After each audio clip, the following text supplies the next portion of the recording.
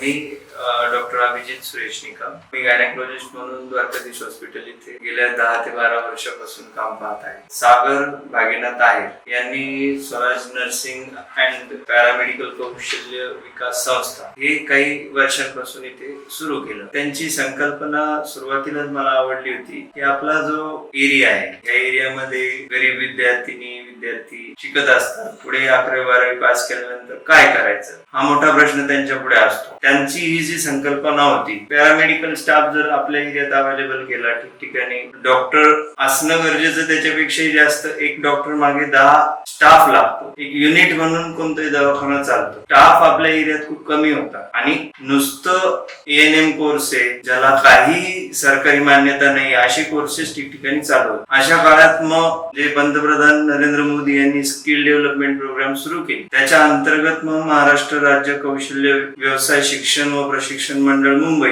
आणि पंतप्रधान कौशल्य विकास योजना याच्या अंतर्गत मग यांनी इथे GNMA असा हा नवीन कोर्स सुरू करण्याचा संकल्प केला आहे. तर हा कोर्स म्हणजे काय, जी GNM स्टाफ आहे तिलाही असिस्ट करायला एक अजून स्टाफ लागतो. म्हणजे एक डॉक्टर जसं त्यांनी एखादं ऑपरेशन करायचं तर त्याला समोर एक असिस्टंट लागतो, त्याला OT असिस्टंट म्हटलं जातं, किंवा GNM स्टाफ लागतो आणि त्या GNM स्टाफ बरोबरही अजून स्टाफ लागतात. ते कोर्सेस आपल्याला आता गरजेचे झालेले आहेत. सरकारी नियमाप्रमाणे पण आता GNM कंपल्सरी झालेला आहे, त्यांचे असिस्टंट कंपल्सरी झालेले आहे. तुम्ही बॉम्बे नर्सिंग होम ऍक्ट खाली जर तुमचं हॉस्पिटल रजिस्टर केलं तर त्याच्यात पहिल्यांदा नमूद केलेलं असतं तुमच्या हॉस्पिटलमध्ये स्टाफ कोणता आहे, एका बेड मागे किती आहे, 10 बेडचं हॉस्पिटल आहे तुम्हाला इतका स्टाफ लागतो, असं क्लिअर कट आता पूर्वी सारखं राहिलं नाही. त्याच्यामुळे वैद्यकीय व्यवसाय करताना तुम्हाला ह्या स्टाफची